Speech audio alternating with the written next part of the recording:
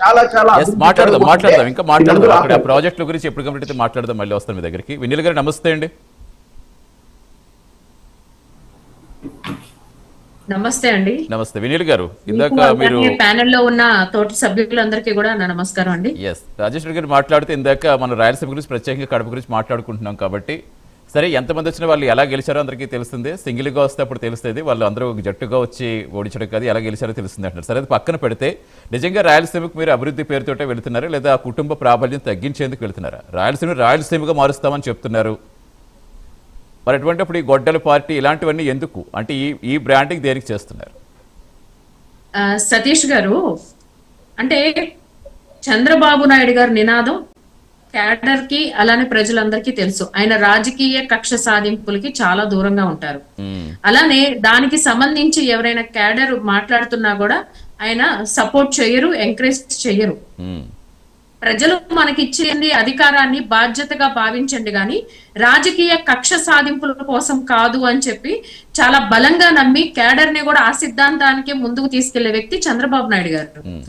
ఇవాళ సింగిల్ గా వచ్చామా లేకపోతే అందరం కలిసి వచ్చామా అనేది పక్కన పెడితే నిజంగానండి జగన్మోహన్ రెడ్డి గారిని చూస్తే ఆయన ఒకటికే బఫూన్ అనిపిస్తుంది నాకు. ఇది నేను ఇవాళ చాలా సందర్భాల్లో 23 నెలల్లో ఆయన ప్రజలు ఎందుకు ఇంత ఘోరమైన తీర్పు అని చెప్పి విశ్లేషణ చేసుకుంటే ఎలానో ఆయన ఎమ్మెల్యేగా ప్రజలు ఇచ్చిన అధికారాన్ని ఆయన బాధ్యతగా స్వీకరించరు. ఆయన అసెంబ్లీకి రారు. ఈ 5 సంవత్సరాల్లో ఆయన ఒక పార్టీకి ఆయన అధ్యక్షుడు, మాజీ ఆయన ప్రాపర్ అనాలిసిస్ ఉంటే బాగుంటది. అంతేగాని ఆ 40% ఓట్ బ్యాంక్ కోసం లేకపోతే వాళ్ళ క్యాడర్ ని ఉత్సాహపరచడం కోసం దానిలో ఆయన ఏం మాట్లాడతారో మరి అవగాహన ఉంటుందో లేదో తెలియదు కానీ బ్లైండ్ గా ఒక స్క్రిప్ట్ చదువుకుంటూ వెళ్ళిపోతారు.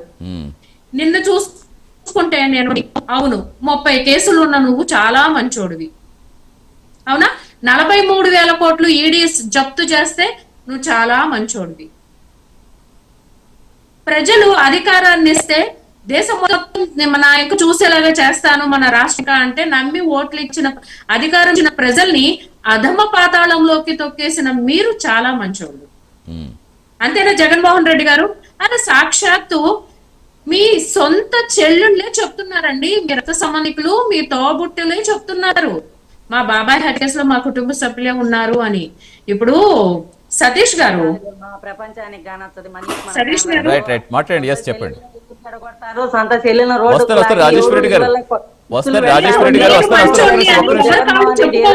అందరికీ తెలుసు. మీరు మాట్లాడితే తల్లి జగన్మోహన్ రెడ్డి మాట్లాడే అర్హత నీకుందా? జగన్మోహన్ రెడ్డి మాట్లాడే రైట్స్ మీకున్నాయా? సొంత చెల్లెలకేమి తల్లికి అందరికి న్యాయం చేసిండు. చంద్రబాబు చిచ్చు పెట్టి కొంపల్లో రాళ్ళు వేసి కొట్టుకొని వచ్చేదానికి చేస్తాడు చంద్రబాబు. జగన్ చంద్రబాబు ఎన్టీఆర్ ఎన్ని కోట్లు వచ్చినది చంద్రబాబు ఎవరికి అన్నదమ్ములకు న్యాయం చేసిండా? తల్లికి న్యాయం చేసినాడా? పిల్లలకు న్యాయం చేసినాడా? కొడుకు పట్టాభిషేకం కట్టడానికి న్యాయం చేసుకుంటాడా? ఎవరికి చేసిండు? రాజేశ్వర గారు వస్తారు. రాజేశ్వర గారు మీకు అవకాశం ఇస్తాను. ఒక్క నిమిషం తుమ్మలో కలిపినాడు. రాజేశ్వర రెడ్డి గారు మీరు మాట్లాడినప్పుడు వాళ్ళు మాట్లాడేది ఒక్క నిమిషం అభ్యంతరం తర్వాత చెప్తారు కానీ ఎప్పుడైనా మీకు ఇస్తా తర్వాత మీకు ఇస్తా. రాజేశ్వర రెడ్డి గారు ప్రమాణం చేస్తా నేను నీళ్ళు పోసుకొని జగనన్న నిప్పు జగనన్న గెలిచేది మేమే 2029 కాదు. రాజేశ్వర రెడ్డి గారు చెప్తారు కానీ మీకు కాదు మీ టర్మ్స్ చెప్తారు కానీ అలా కాదు. రాజేశ్వర రెడ్డి గారు కంటిన్యూగా మాట్లాడితే ఏం అర్థం కాదు. కోడుకొని పోయినారు మీరు మాట్లాడితే జగనన్న విమర్శే రైట్స్ లేవు. జగనన్న నిప్పు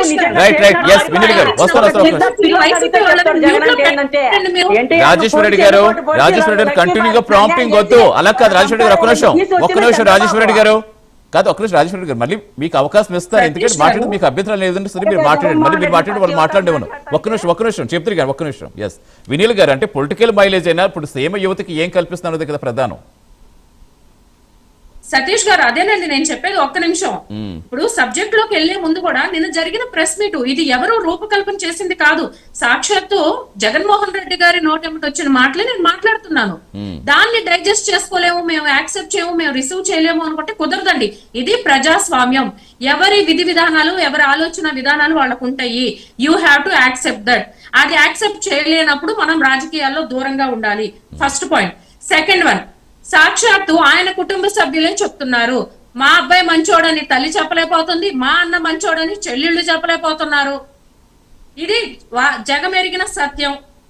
అండ్ ఇంకోటండి, ఆయన మీద ఉన్న కేసులు వాస్తవం కాదా, 43,000 కోట్లు ఈడీ జప్తు చేసిన సొమ్ము వాస్తవం కాదా, ఇవన్నీ పక్కన పెడితే కమింగ్ టు స్టేట్ డెవలప్మెంట్ అండి.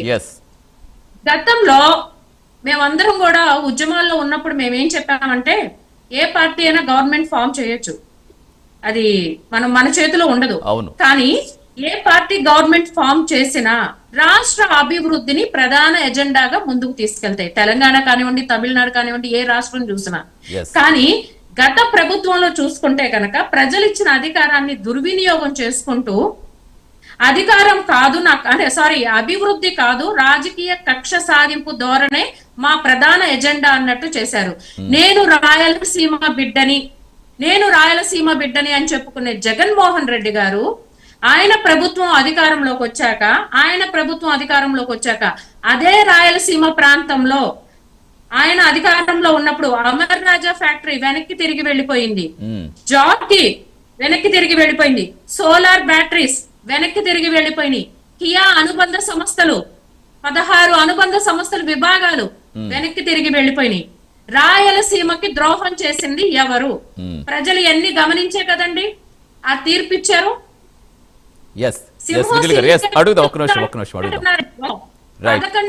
కాదండి, ఆ రోజున రావణాసుని సంహరించడానికి కూడా శ్రీరామచంద్రమూర్తి వానర సైన్య బలాన్ని తీసుకున్నాడు. మరి 151 తలలు ఉన్న జగన్మోహన్ రెడ్డి గారిని ఒక చెడు మీద ఒక మంచి గెలవటం కోసం రాష్ట్రం మొత్తం ఒక తాటిపై వచ్చి చేసిన యుద్ధం అది. రాష్ట్ర భవిష్యత్తు కోసం అందరూ ఏకమయ్యారు. అక్కడ కక్ష సాధింపులు కాదు, మీకు ప్రజలు ఇచ్చిన అధికారాన్ని మీరు దుర్వినియోగం చేసుకున్నారు. ఇవాళ కూటమి ప్రభుత్వం ప్రధాన ఎజెండా రాయలసీమని రతనాల సీమగా మార్చాలి అనేది కూటమి ప్రభుత్వ ఎజెండా. రాయలసీమని పరిశ్రమల సీమగా 2014 నుంచి 19 వరకు ఆ రోజున టీడీపీ ప్రభుత్వ హయాంలో నవ్యాంధ్రప్రదేశ్ లో చంద్రబాబు నాయుడు ఉన్నప్పుడు కేవలం రాయలసీమ గురించి చెప్తున్నానండి. అప్పుడు ఆ టర్మ్ లో కూడా 50కి పైగా ప్రాజెక్ట్స్ రాయలసీమకి శాంక్షన్ అయినాయి. మరి 12,000 కోట్ల రూపాయలు రాయలసీమ ఇరిగేషన్ డిపార్ట్మెంట్ పనుల కోసం కేటాయించారు.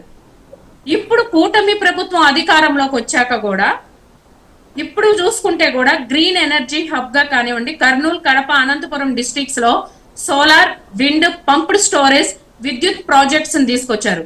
అలానే డిఫెన్స్ అండ్ ఏరోస్పేస్ కి అసలు అది ఎంత గర్వకారణం అండి. మన రాష్ట్ర ప్రజలు ఎంతో గర్వంగా తీసుకుందాం. ఇంకా వాయిస్ లిస్టెన్ కంటిన్యూ చేద్దాం. రాజేశ్వర రెడ్డి గారు ఒక నిమిషం,